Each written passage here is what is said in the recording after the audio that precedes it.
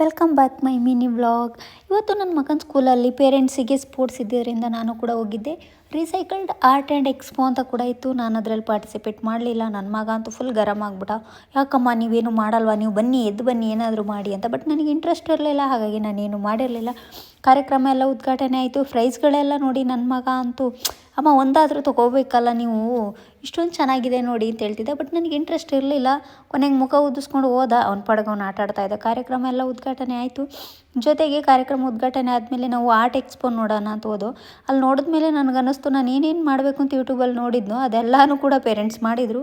So ನಾನು ಮಾಡದೇ ಇರೋದು ಬೆಟರ್ ಅಂತ ನನಗನ್ನಿಸ್ತು. ಬಟ್ ಅವ್ರು ಮಾಡಿದಂತೂ ತುಂಬಾ ಚೆನ್ನಾಗಿತ್ತು. ಒಂದ್ರಿಗಿಂತ ಒಂದು ತುಂಬಾ ಚೆನ್ನಾಗಿ ಕ್ರೇಜಿಯಾಗಿತ್ತು ಕೆಲವೊಂದು ಕೂಡ.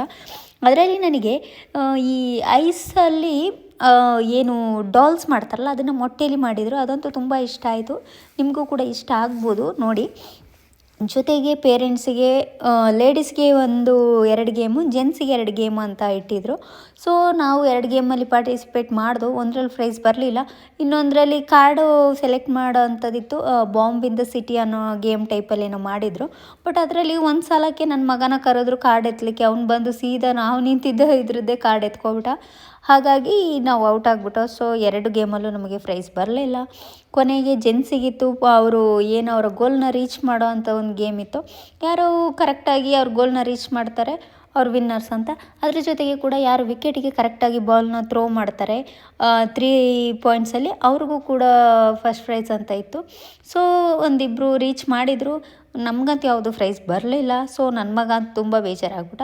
ಲಾಸ್ಟ್ ಟೈಮ್ ನನಗೆ ಸೆಕೆಂಡ್ ಪ್ರೈಸ್ ಬಂದಿತ್ತು, ಹಾಗಾಗಿ ಫುಲ್ ಎಕ್ಸೈಟ್ ಆಗಿದ್ದೆ ಈ ಸಲ ಕೂಡ ಬರುತ್ತೆ ಅಂತ. ಸೊ ಇದು ಬ್ಯಾಡ್ ಲಕ್.